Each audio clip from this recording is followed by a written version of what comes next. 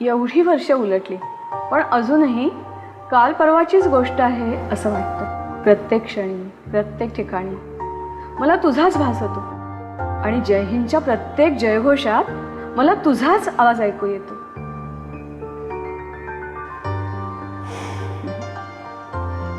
मावशी, दादा आजही आपल्यातच आहे.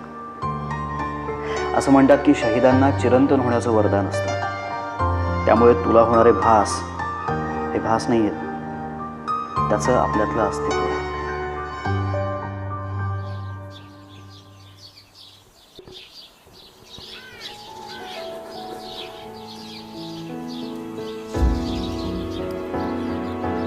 येतोय आम्ही शहीदांची गाथा सांगायला, तुमचं देशप्रेम पडताळून पाहायला.